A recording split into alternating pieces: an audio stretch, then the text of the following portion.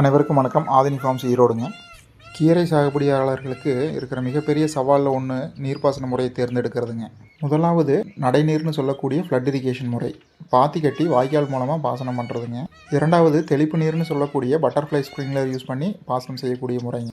மூணாவதும் தெளிப்பு நீர் பாசன முறையை சார்ந்ததாங்க. இதுக்கு பட்டர்ஃப்ளை ஸ்ப்ரிங்க்லருக்கு பதிலாக சொட்டு நீர் குழாய் போன்ற லேசான குழாய்களில் மேல்புறமாக தொடர்ந்து சீரான அளவில் ஓட்டைகள் இருக்கக்கூடிய ரெயின் ஹோஸ் பயன்படுத்தி செய்யக்கூடிய முறை. இப்போ நீங்கள் பார்த்துட்டு இருக்கிறது ரெயின் ஹோஸ் மூலியமாக பாசனம் பண்ணக்கூடிய வயல். இந்த 3 வகையான பாசன முறைகளும் வெவ்வேறு வகையான கீரைகளுக்கு பயன்படுத்த வேண்டியிருக்குங்க. கீரை சாகுபடி செய்கிற விவசாயிகள் உங்களுடைய கீரை ரகங்களுக்கு தகுந்த மாதிரி சரியான முறையில் தேர்ந்தெடுத்தீங்கன்னா சிறப்பான ஒரு அறுவடையை எடுக்கிறதுக்கு உதவியாக இருக்குங்க. நம்ம ஆதினி ஃபார்ம்ஸில் இந்த 3 வகையான பாசன முறைகளுமே வெவ்வேறு வகையான கீரைகளுக்கு பயன்படுத்திக்கிட்டு இருக்கோம்.